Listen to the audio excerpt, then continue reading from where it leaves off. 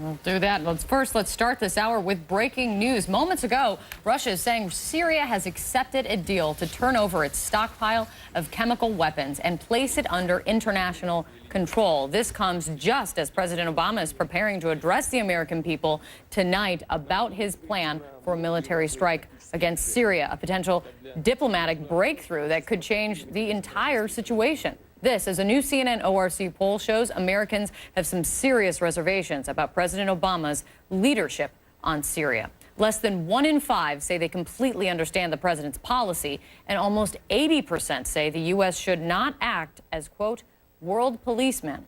We're going to be covering this story like no other network can.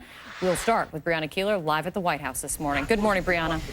Good morning to you, Kate. I think we should caution as we hear this report that Syria's foreign minister is saying that they are on board with this proposal to give up their chemical weapons to international control, that when you talk to Syria observers, they will tell you that that man, Walid Muallim, the foreign minister, isn't necessarily the core of the Assad regime. And so you can't really take it to the bank as Bashar al-Assad himself accepting this deal. There's a lot of skepticism that he would turn over his chemical weapons. And this proposal, as of now, that Russia is trying to broker, there are no specifics. There is no time frame, but even so, I think the White House is welcoming this sort of slowdown to the process as a, if you will, diplomatic off-ramp.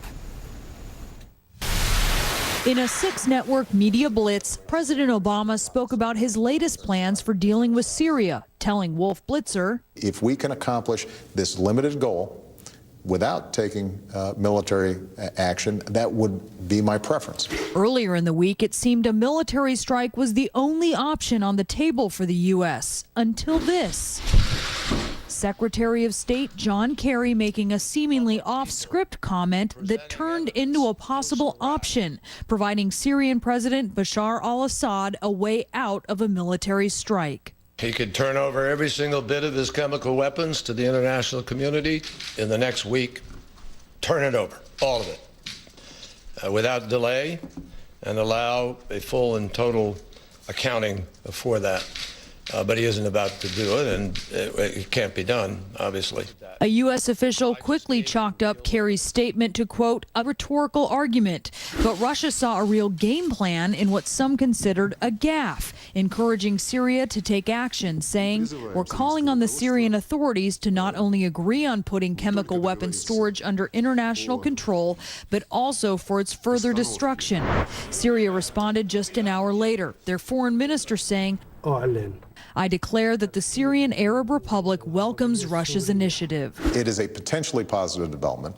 I have to say that it's unlikely that we would have arrived at that point where there were even public statements like that without a credible military threat to deal with the chemical weapons use inside of Syria. But even as support seemed to grow, some question if this is the answer.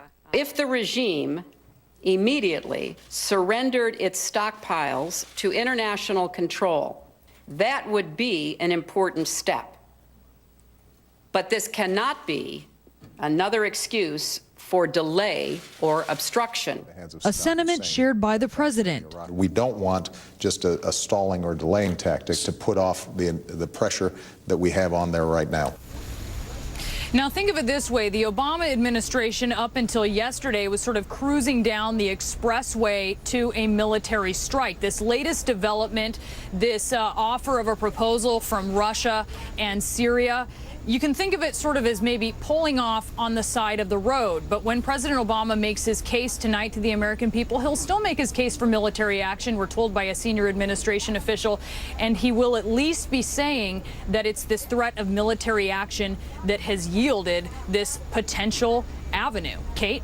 All right, Brianna, thanks so much. Let's talk more about this. And for that, let's turn to Christiane Amanpour, CNN's chief international correspondent, and of course, the host of CNN International's Amanpour. Christiane, a lot to talk about this morning. I mean, we keep talking what a difference a day makes in these negotiations. You hear just now from Brianna the development that Syria has kind of officially said they're on board with this proposal to put their chemical weapons under international control. Of course, there's some caution there, but what do you make of the development? Well, I think if this does work out, as is being floated around now in the international community, it would be precedent-setting, and it would have far-reaching implications for all sorts of weapons of mass destruction that are owned by other countries. This is an amazing moment. Obviously, people are taking it with the due skepticism that it deserves, but there are ways of determining whether this is a serious proposal. That Syria immediately accepts international observers to come in and look at their sites and secure them. That the process immediately begins for securing them and putting them under international control.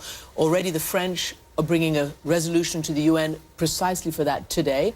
And this is a rare moment in 2.5 years of this civil war that everyone is on board. Russia, China, the other 3 members of the Security Council, US, Britain, France, and all other members are on board, including Syria. Again, we have to see whether it's going to work. But look, Kate, the United States does not want to take a military strike. It's been sort of forced into going down that road, but there have been many detours. President Obama taking it to Congress is one detour. This is another one. If this does bear fruit, it's a major international achievement, a major precedent setting, and I think the president would be right that it is only diplomacy backed by the credible use and the credible threat of force that yields these kinds of breakthroughs. And John McCain, even on the show just earlier, who you would think, I mean, he has been one of the staunchest supporters of arming the rebels and for military action in Syria. He even said, while he's skeptical, that you cannot pass up this opportunity if it's real. And he even went as far to say, and I thought it was interesting, that it shouldn't be difficult. You could do it very quickly in figuring out if this is a serious proposal or not. Just as I was saying, but I think also there's an apples and oranges situation here. John McCain is rightly very, very concerned about the entire civil war. There are 100,000 people have been killed. Right. Whatever happens with these chemical weapons, whatever happens with securing them or not, even if there's a US strike to punish Assad, it will not affect, I don't believe, materially the dynamic of the war. So that's a whole nother issue. But in this matter of international law and prohibitions and norms and conventions against weapons of mass destruction, of which chemical weapons are some, this is an important red line. We talk about red lines all the time. The president said it's not just mine, it's the world's. And it's true.